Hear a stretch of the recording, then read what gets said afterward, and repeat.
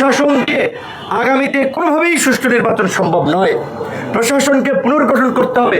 প্রশাসনের মধ্যে দক্ষ পেশাদার লোকদেরকে চিহ্নিত করে প্রশাসন ঢেলে সাজাতে হবে।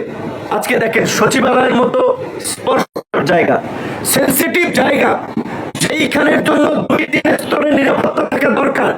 সেইখানে আজকে ছাত্ররা কিংবা ছাত্রদের সাথে দুর্বৃত্তরা ঢুকে যাচ্ছে, গাড়ি জ্বালিয়ে দিচ্ছে, ভাঙচুর করছে। এই ব্যর্থতাই তো স্বরাষ্ট্রমন্ত্রীর পদত্যাগ করার কথা ছিল। স্বরাষ্ট্র মন্ত্রণালয় কিংবা সরকার যদি তার সচিবালয়কে সুরক্ষা দিতে না পারে, তারা কিভাবে দেশকে সুরক্ষা দেবে? কিভাবে 18 কোটি জনগণকে সুরক্ষা দেবে?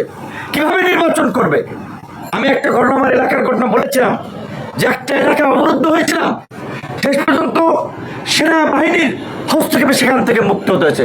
300টি আসনে যে নির্বাচন হবে, এই পরিস্থিতি তৈরি হলে তারা কিভাবে আপনার ট্যাকেল দেবে?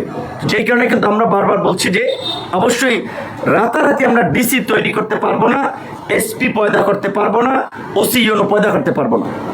এই প্রশাসনের মধ্যে যারা আছে তাদেরকে ট্রেন করে, তাদের মধ্যে যারা দক্ষ পেশাদার, তাদেরকে দায়িত্ব আনতে হবে। এখানে বিভিন্ন কোটায় ভাগ করা যাবে না। বিএনপির কোটায়, জামাতের কোটায়, উপদেষ্টা কোটায়, তারপরে বিভিন্ন কোটায় ভাগ করে প্রশাসন চালানো যাবে না, সরকার চালানো যাবে না।